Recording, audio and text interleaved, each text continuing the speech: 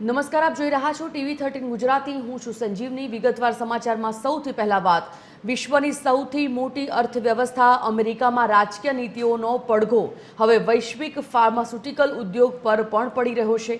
American પ્રમુખ Donald ટ્રમ્પે આયાતી દવાઓ પર 200% કે તેથી વધુનો ટેરિફ લગાવવાની આક્રમક યોજના બનાવી છે અને આ નિર્ણયનો મુખ્ય હેતુ વિદેશી ફાર્મા કંપનીઓને દબાણ કરીને અમેરિકામાં દવાનું ઉત્પાદન પાછું લાવવાનો છે।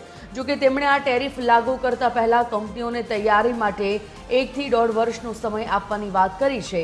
ટ્રમ્પના આ પગલાંથી વિશ્વભરના ફાર્મા ઉદ્યોગમાં ચિંતા વધી છે। ભારત માટે પણ આ એક મોટો પડકાર બની શકે છે, કારણ કે ભારત જેનરિક દવાઓનો મુખ્ય નિકાસકાર છે। જો આ ટેરિફ લાગુ થશે તો ભારતીય દવા ઉત્પાદકોની નિકાસ અને નફા પર ગંભીર અસર પડી શકે છે। જો કે કેટલાક અહેવાલો મુજબ ટ્રમ્પનું મુખ્ય લક્ષ્ય ચીનથી આવતી દવાઓ છે। નિષ્ણાંતોનું માનવું છે કે આટલો ઊંચો ટેરિફ લાગુ કરવાથી અમેરિકામાં દવાઓ મોંઘી બનશે અને તેથી અછત પણ સર્જાઈ શકે છે। વિશ્લેષકોના અંદાજ મુજબ જો માત્ર 25% ટેરિફ પર લાગુ થાય તો અમેરિકામાં દવાઓનો ખર્ચ $51 અબજ સુધી વધી શકે છે અને ટ્રમ્પના આ નિર્ણયને કેટલાક લોકો વાટાઘાટોની યુક્તિ માની રહ્યા છે, પરંતુ તે ભવિષ્યમાં ફાર્મા ઉદ્યોગ માટે એક મોટો પડકાર ઊભો કરે તેવી સંભાવના છે। वैभव श्रीवास्तव संवाददाता फोन लाइन पर जुड़ाए गया है। वैभव, क्या जानकारी है इस मामले में?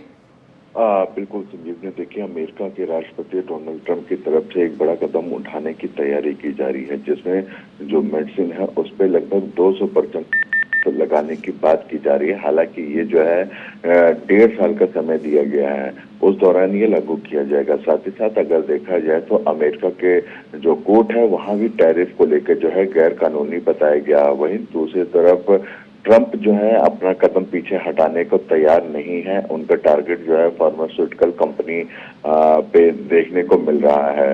खासकर अगर देखा जाए तो जिस तरह से लगातार ये टैरिफ वॉर चल रहा है, तो ऐसे स्थिति में जो अमेरिका के नागरिक हैं उनके ऊपर जो है दबाव काफी बढ़ता जा रहा है। खासकर अगर देखा जाए तो जो टैरिफ का दायरा है वो बढ़ा के ऑटो और स्टील के बाद जो है अब दवाइयों के सेक्टर में भी पहुंच गया है।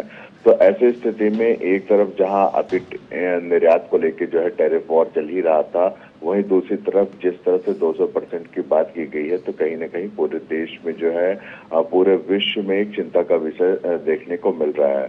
साथ ही साथ अगर देखा जाए तो दवाइयों पर भारी भरकम टैरिफ के तरफ से एक सप्लाई चेन जो वो प्रभावित हो सकती है।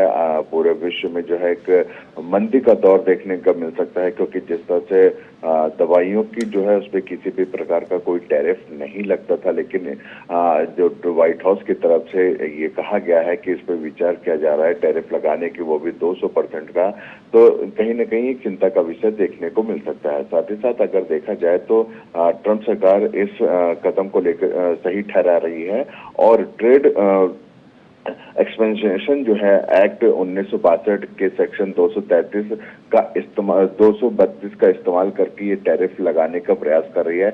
अब देखना ये होगा कि जिस तरह से निर्यात तो आयात और निर्यात पे जिस तरह से टैरिफ लगा है, तो क्या मेडिसिन पे भी, जेनरिक मेडिसिन पे, इन सब पे भी अमेरिका की तरफ से 200% का टैरिफ लगाया जा सकता है।